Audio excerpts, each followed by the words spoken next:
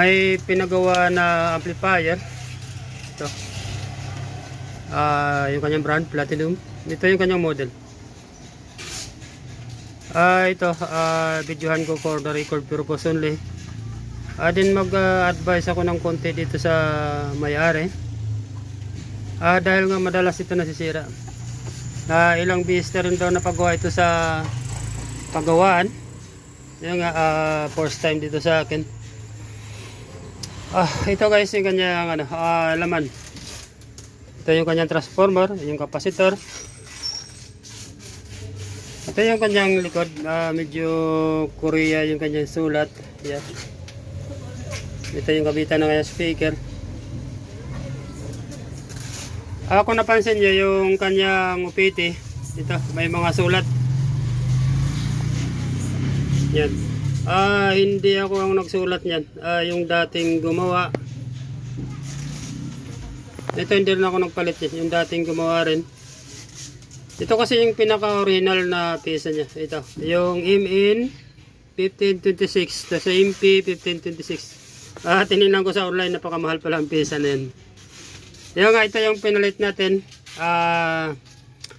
1941 MP2198. Dito sa kabila. Yung napansin ko medyo mataas ang current yata dito.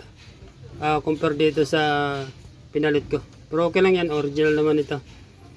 Yan lang, mag-advise ako ng konti dito sa mayari. Kaya nga madalas ito masira. Dahil tinanong ko kung bakit madalas nasira itong amplifier niya. Yung nga, nagkakabit pa siya rito kasi ng ng surround na maliliit kasi may surround dito sa ilalim. Yan. Surround speaker. Ang ginagawa niya kasi naglalagay siya rito ng dalawang speaker na malalaki. Then naglalagay dito sa baba na dalawang maliliit.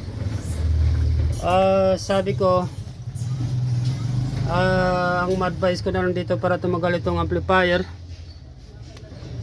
Gagamit na lang siya ng dalawang speaker dito. Right and left. Huwag na magkabit dito ng maliliit na speaker na pang surround. Dahil sigurado matitigok itong amplifier. Tad na rin siya ng gawa. May naka-jumper pang resistor. Hindi akong gumawa ito. Yung pinalitan ko kasi. Dintong dalawa na ito. Ito. Yan. Yung resistor na yan. Ito kasi yung original na maliliit.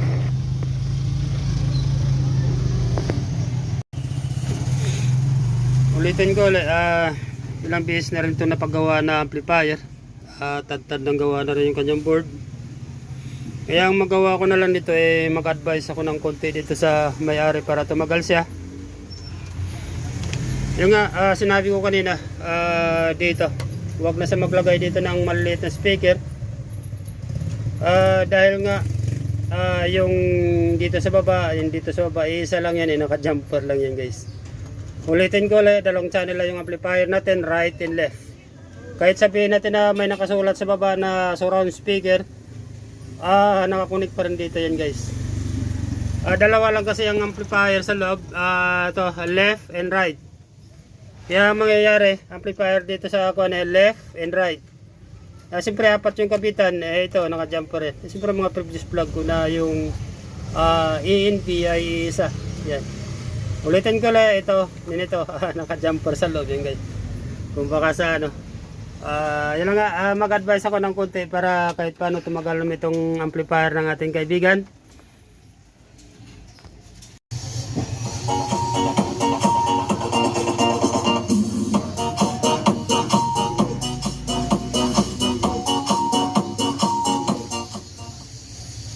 Hanggang dito lang muna siguro guys.